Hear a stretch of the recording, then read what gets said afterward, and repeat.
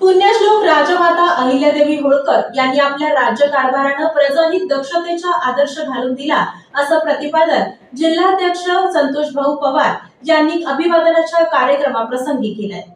जात पात धर्म पंथ प्रांतांच्या सीमा ओलांडून संपूर्ण देशात सामाजिक कार्य पार पाडण्यात आपलं संपूर्ण आयुष्य वेचणाऱ्या, तसंच देशभर रस्ते देऊळ विहिरी तलाव नदीघाट धर्मशाळेसारख्या सुविधा निर्माण करून लोकोपयोगी कामांना कायम प्राधान्य देणाऱ्या प्रजाहितदक्ष राज्यकर्त्या, कर्तृत्ववान तसेच कार्यक्षम शासनकर्त्या, राष्ट्र निर्मात्या पुण्यश्लोक राजमाता अहिल्यादेवी होळकर यांना जयंतीनिमित्त राष्ट्रवादी काँग्रेस पार्टीच्या वतीनं विनम्र अभिवादन करण्यात आलंय.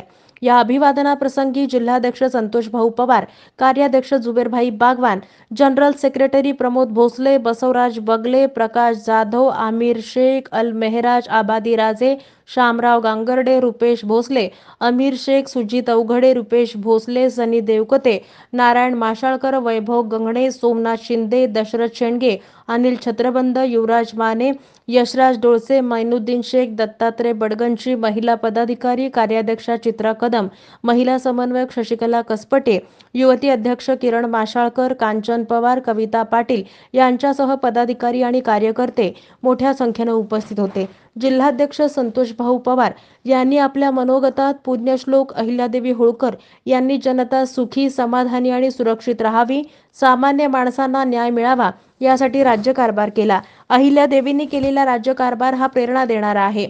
पुण्यश्लोक अहिल्यादेवी होळकर यांनी आपल्या राज्यकारभारानं प्रजाहित दक्षतेचा आदर्श घालून दिला.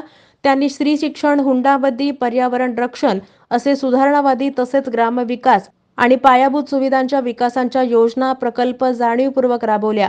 पुण्यश्लोक अहिल्यादेवी होळकर यांचा जन्म 31 मे 1725 रोजी चौंडी, तालुका जामखेड, जिल्हा अहमदनगर येथे झाला.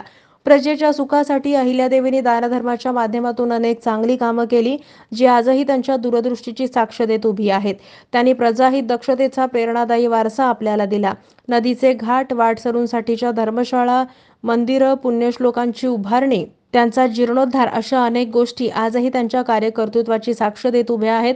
अशा शौर्य, धैर्य, न्यायाच्या मूर्तिरूप अहिल्यादेवींना कोटी कोटी प्रणाम, अशी प्रतिक्रिया यावेळी मान्यवरांच्या वतीनं व्यक्त करण्यात आली.